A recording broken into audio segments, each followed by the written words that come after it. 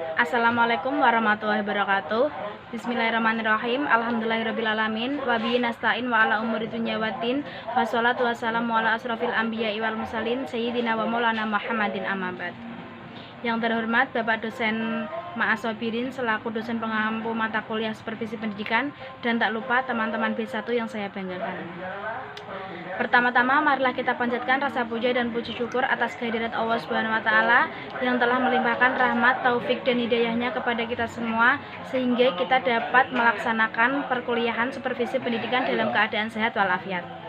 Kedua kalinya, sholawat serta salam semoga tercurahkan kepada junjungan kita Nabi Agung Muhammad SAW yang kita nanti-nantikan syafaatnya minat dunia atal akhirah. Selanjutnya, saya di sini sebagai moderator akan memimpin jalannya diskusi. Di sini kami dari kelompok 6.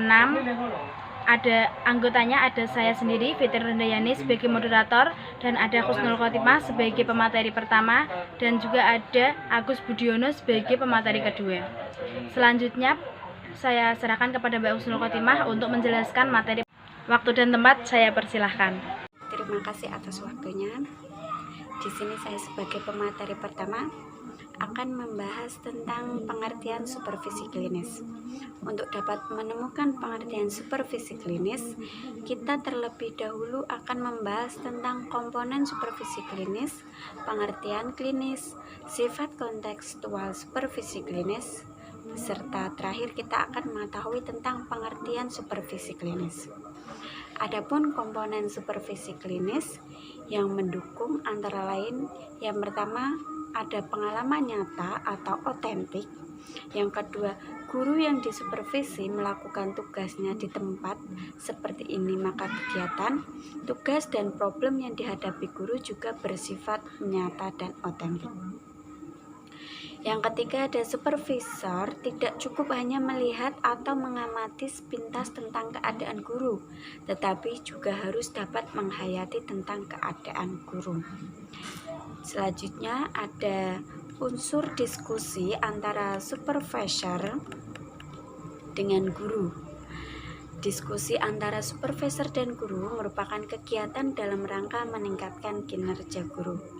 Refleksi yang dilakukan oleh guru sebagai salah satu upaya untuk meningkatkan kualitas guru.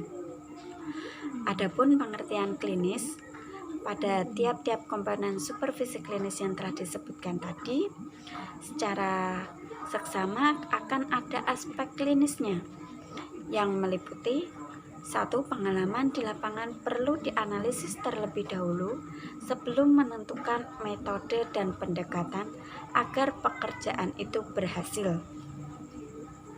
Yang kedua, ada pengamatan yang dilakukan oleh supervisor harus mendalam dan holistik untuk menemukan karakteristik guru yang bersangkutan sebelum melakukan supervisi agar proses supervisi menjadi tepat.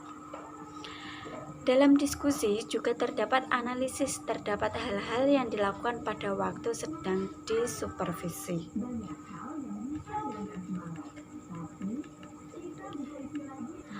Untuk pengertian supervisi klinis, suatu supervisi dapat dikatakan klinis jika mengandung indikator-indikator. Misalnya, ada pengamatan awal tentang diri guru yang akan disupervisi secara mendalam.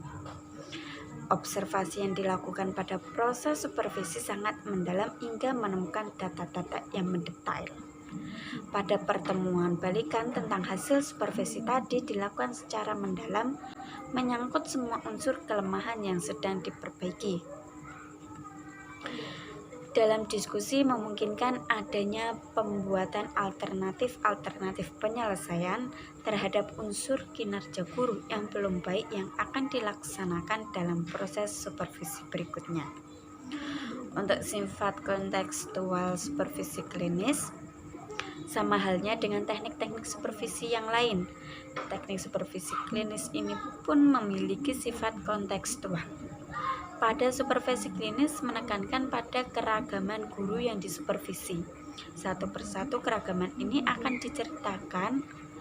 Yang pertama ada keragaman siswa yang diajar, keragaman kondisi daerah, sifat mata pelajaran tidak mesti satu sama dengan yang lain, Mengamati dan menilai guru yang disupervisi terutama sangat mendalam pada supervisi klinis.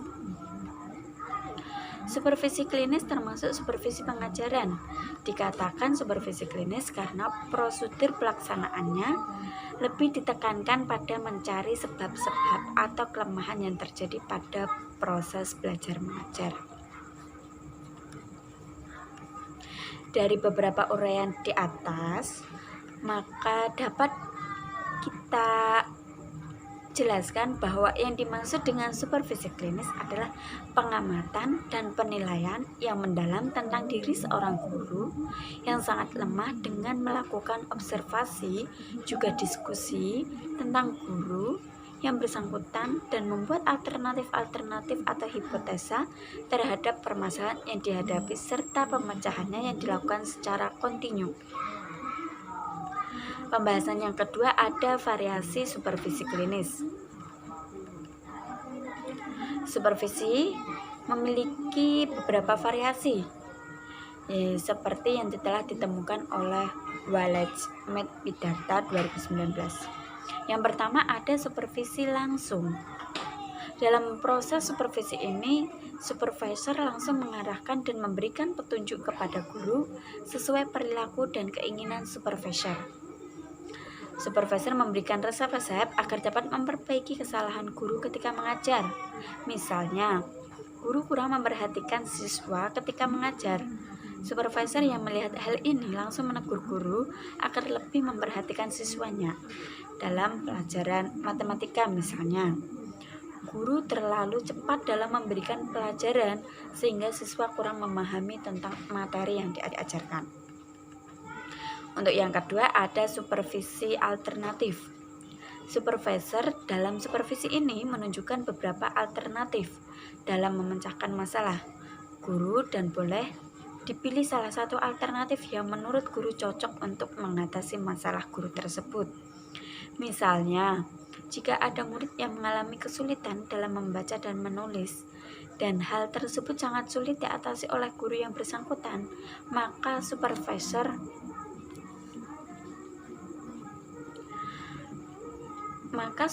memberikan alternatif dalam mengatasi masalah tersebut.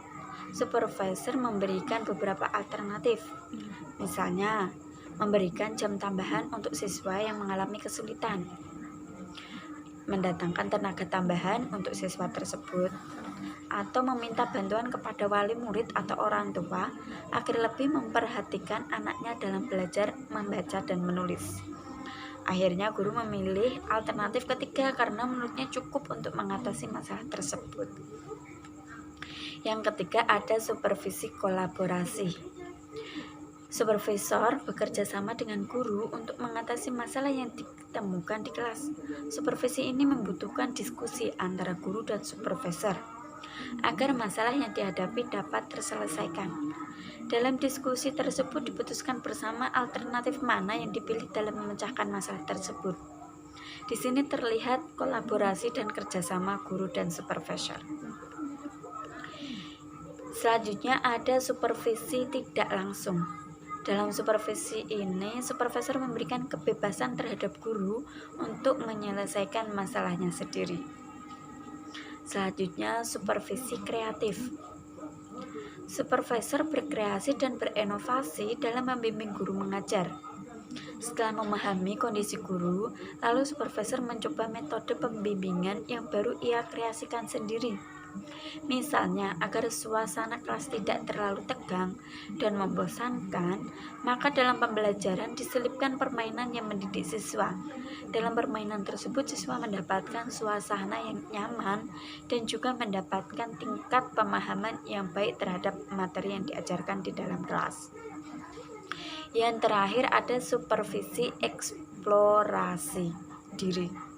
Supervisi eksplorasi diri adalah supervisi yang dilakukan dengan memberikan kesempatan kepada guru yang disupervisi menilai dirinya sendiri dalam melaksanakan pembelajaran. Sekian materi dari kami. Kelima, kelemahan supervisi. Baik, yang pertama adalah Tujuan supervisi. Tujuan dari supervisi adalah untuk menangani kinerja guru yang sangat lemah dengan cara memecahkan masalah yang dihadapi oleh guru tersebut dan dilakukan secara berkelanjutan sampai semua kelemahan dari kinerja guru menjadi hilang. Yang kedua, ciri-ciri supervisi. Supervisi klinis mempunyai ciri-ciri khusus. Ciri-ciri yang dimaksud adalah sebagai berikut. A. Waktu untuk melaksanakan supervisi atas dasar kesepakatan.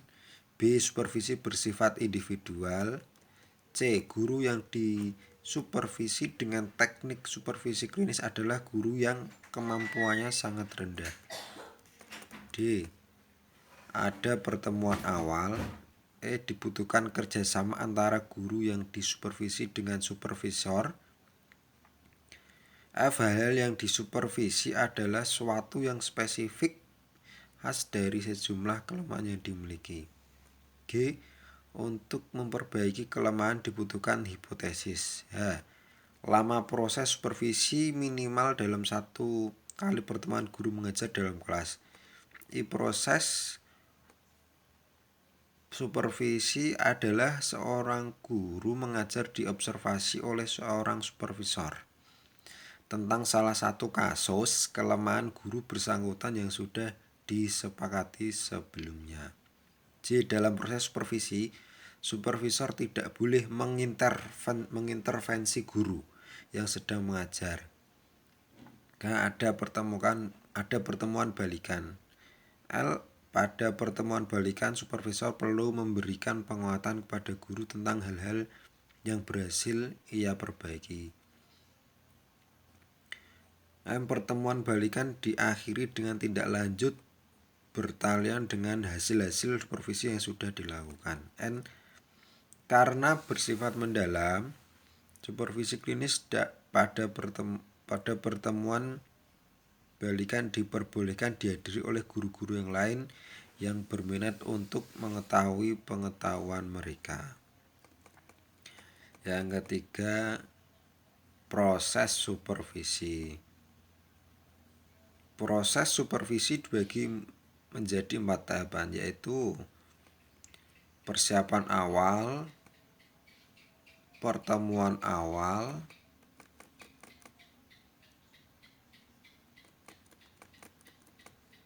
pertemuan balikan. Ya, yang selanjutnya nomor 4. Kebaikan teknik supervisi klinis. Kebaikan teknik supervisi ini adalah dapat dipakai memperbaiki guru-guru yang sangat lemah kinerjanya.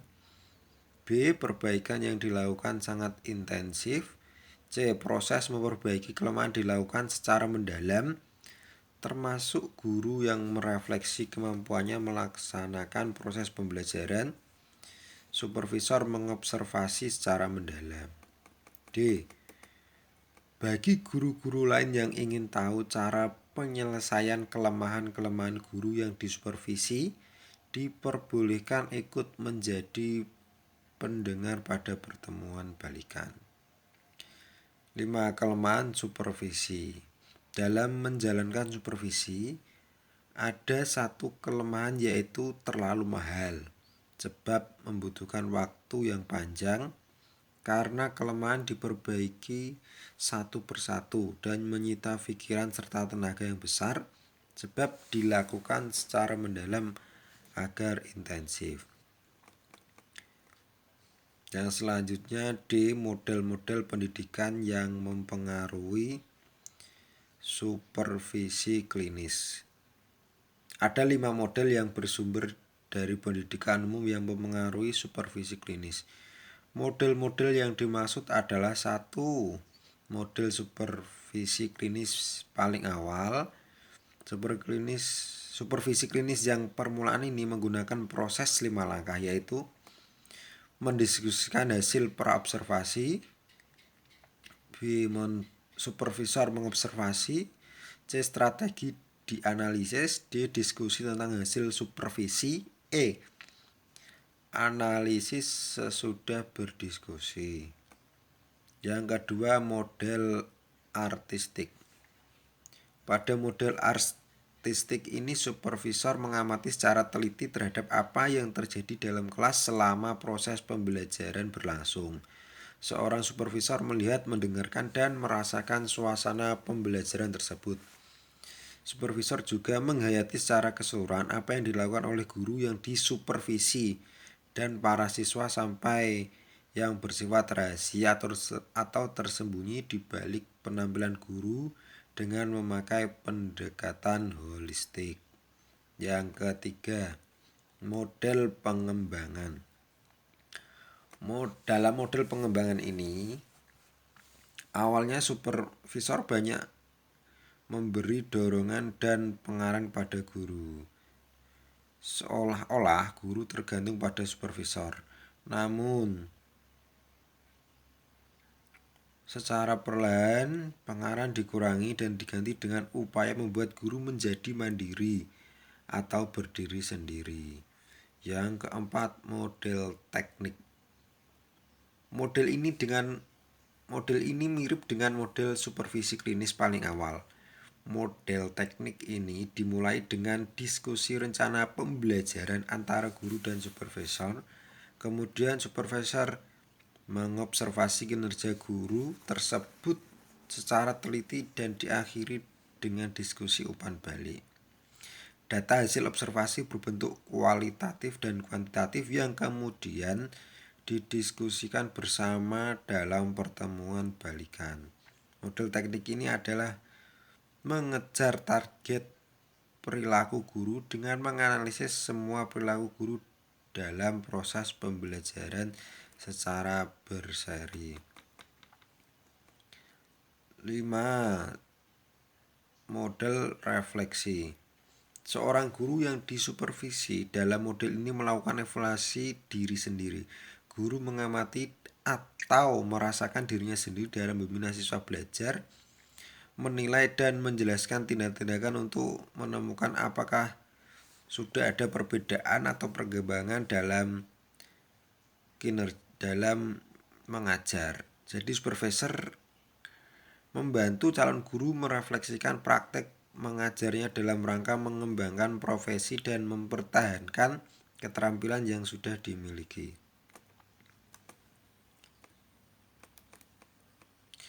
Hal ini dilakukan oleh supervisor dengan cara memberi pertanyaan pancingan agar guru berpikir, merefleksi apa yang sudah ia lakukan dalam proses pembelajaran.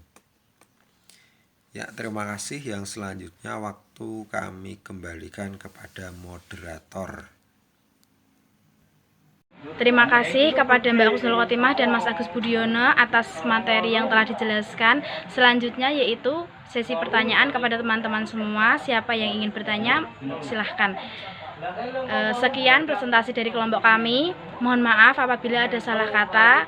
Wassalamualaikum warahmatullahi wabarakatuh.